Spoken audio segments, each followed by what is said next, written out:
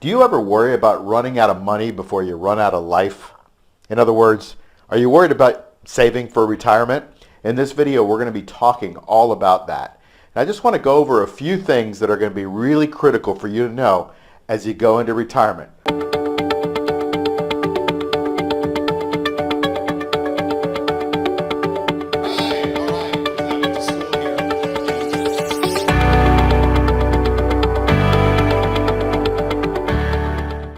We're programmed to save for retirement, right? Most of the time we're told that we work really hard for 40, 45 years, and then we retire when we're 65 or 67 years old or whatever the going rate at age is at the time. The problem is, a lot of times, number one, we're not in that great of health when we're 65 years old. Maybe we should have enjoyed our retirement a little earlier. And number two, even when we get to 65, we may not be able to retire with the same standard of living that we had when we were, living our normal lives. We might have to downsize our house. We might have to go into one car, go into a villa, not be able to travel as much. We want to nip this in the bud. And the way to do it is by really taking control of your retirement. It's a really important thing because it's often far enough in the distance that you don't think about it until it's too late. And your friend in saving for retirement and investing for retirement is time. And so the earlier you start, the better, but also the better returns that you target and the more losses that you prevent during that period of time, it's going to totally change the way you save and the way you can enjoy your retirement. Now, most financial planners, what they use is the 4% rule. And the 4% rule means this. If you've got a portfolio that's allocated about 50% to stocks and 50% to bonds, by the way, that's changed. It didn't used to be that. It used to be almost all bonds and CDs because interest rates are so high. But we really kind of ripped off our old people now. And so they've got to still continue to invest in growth stocks even though they really shouldn't. But that's the way it is now. So if you got a 50% portfolio in bonds and a 50% portfolio in stocks, and you pull out 4% a year, chances are, if you can maintain that and maybe stay a little bit ahead of inflation, you won't run out of money.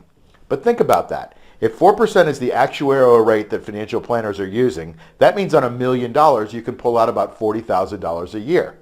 Now, I don't know about you, but I can't live on $40,000 a year. I help 7- and 8-figure entrepreneurs accelerate their returns and protect their assets, and I don't know any of those people that can live on $40,000 a year. Some of them can't even live on $40,000 a month. And so what's it going to be for you? Are you going to have to downsize your life so much that you can barely live on $40,000 a year? Nobody wants that, right? You've worked hard all your life. You've saved all this money. You've invested. Why do you have to downsize your life just so you can live to to stay alive 23 years, which is the actuarial number after you retire? And that means you're about 85, 86, 87 years old, somewhere in there. But you don't want to run out of money if you're 87. Like if you live too long, then you're out. Now you don't even have the $40,000 a year. And so, in buying power, that is, by the way. So there's a lot of other things that go into it, inflation and taxes and how those things all add up. But the bottom line is they use an actuarial 4%. And the funny thing is, right now, most people are happy to make 6% in the market. Now, I'm not happy to make 6% in the market, but a lot of people are happy. They're like, well, I get 6% in the market. I'm doing okay. Now, some years, the market, like 2020, did about 16%. And some years, it's going to do poorly, and it's going to average out to be about 9%. But if you've got a portfolio of stocks and bonds and mutual funds and ETFs, you've probably been told that 6 to 8% is okay. And so if you're getting 6%, you're probably happy. The problem with that is there's a difference in your standard of living in retirement. So two things have to happen. Either you have to save more in order to get that $40,000 number up, or you've got to invest with a better rate of return. Obviously, preferably both. But right now, let's just focus on getting you a better rate of return because you have time. Time kind of irons out a lot of the wrinkles in your investing and your savings plan. And so I tell my investors that they should target about 2% a month. Now, that's a lot different from 6% a year. But in the systems that I teach, in the way that we invest, in the hedge funds that I run, 2% a month is not outlandish. The returns that I had were way exceeding that in the last year, especially the last 2 years. But we don't need to get into my returns. We just need to say, if you could just target 2% a month, you're going to have a markedly different outcome. So let me show you what this outcome is like. If you invest at 6% a year, and you're happy with that, and most people are okay with that, you're going to end up with about $48,000 on a $500,000 investment for 15 years. You'll get $48,000 a year for retirement. Now, if you invest at 2% a month, you end up with $704,000 a year in living expenses. And so that's a big difference, right? There's a big difference between just making 6% and making 2% a month, right? And that if you do the numbers, it's around 24% a year, but when you compound it, it's even a little bit more. Now, most people I know now can live on $704,000 a year in retirement. And if you want that to be you, you've got to utilize time to your advantage. And that means you've got to start getting your investments in order now. It's a $650,000 difference between just getting a 6% return and putting it in something that you can get 2% a month. And now, here's the key thing. When you put money in something that can make 2% a month, what you're probably programmed to think is, oh my God, there's going to be a huge amount of risk if I put money into something that's making me 2% a month. The problem is most of us have not been trained in money, and so we don't know what we don't know. I mean, a lot of real estate investor friends that I know, some multimillionaires that own lots of apartments, they're happy to get 15% a year. They're happy about it. Now, real estate has some phantom income and depreciation, some other really cool tax benefits.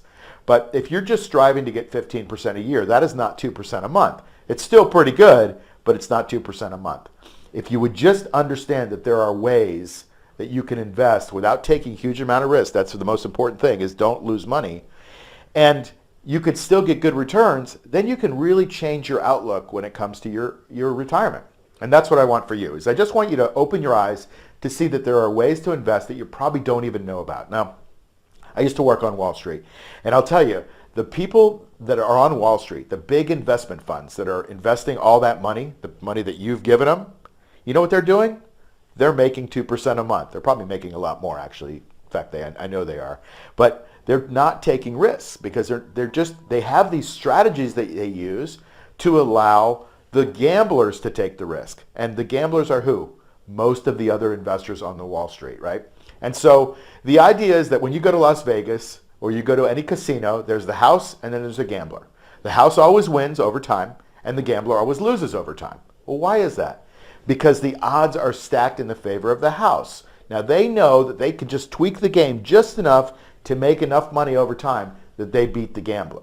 And the gambler knows it too. It's not a secret. But the gambler's enjoying the period of time where they're gambling, and the house is enjoying the period of time where they're gambling too, because they know that the longer they stay in the game, the more money that they're going to make. They build these beautiful hotels, and so does Wall Street. They build these beautiful buildings. They all get nice bonuses at the end of the year. Take $1 million or $2 million and head out to the Hamptons for a couple weeks at the end of the year. I see it happen. I know it happens. And what do you think they're doing? They're not taking huge risks. They're taking calculated risks. And so if you start to open your eyes that there are other ways to invest that you didn't know about probably, you can start to take advantage of some of those other ways to invest. I help 7- and 8-figure entrepreneurs do the same thing all the time. And most of them come to me and they're like, oh my God, I had no idea that this was possible.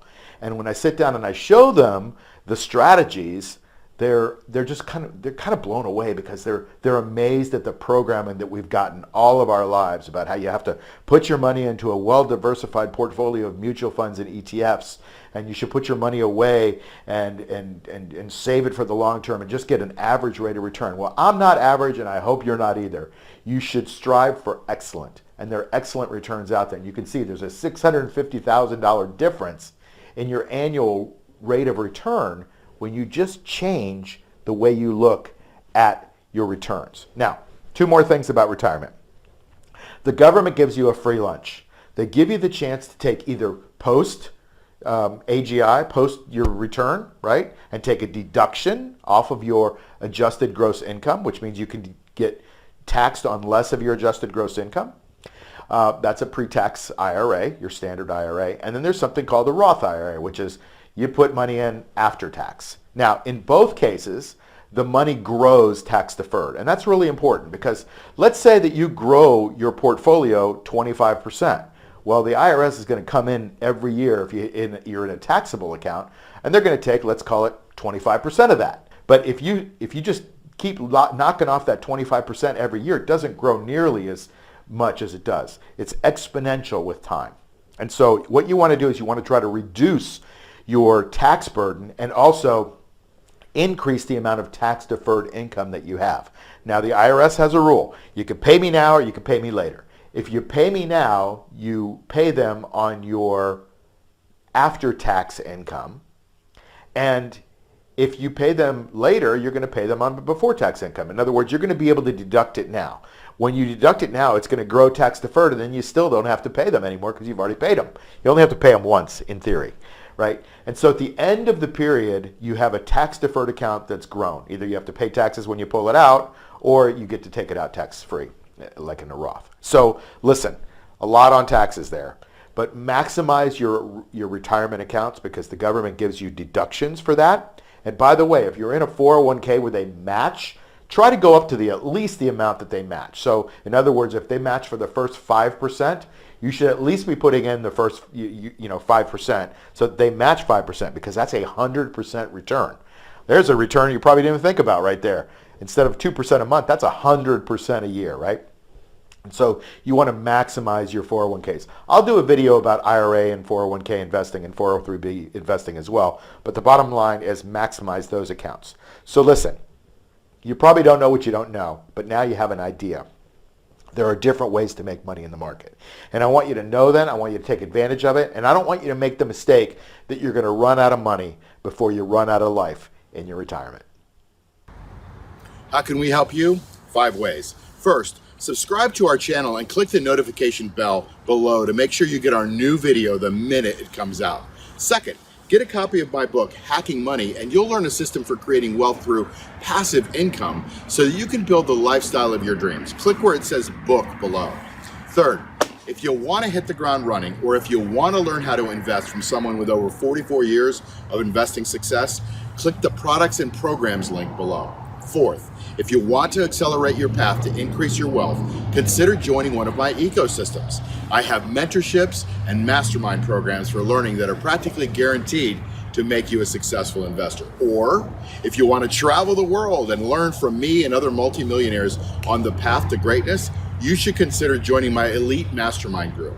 Fifth, if you want some help right now because you have a burning issue, you need something solved, you want to create massive passive income, or you want to accelerate your results in your investments, or maybe you just want personalized mentorship to build the lifestyle of your dreams, we can help.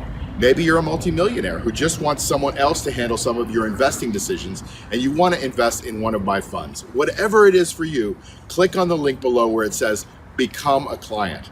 All those links are below. You create your world, nobody else. And remember, never give up your power in your health, your wealth, or your time.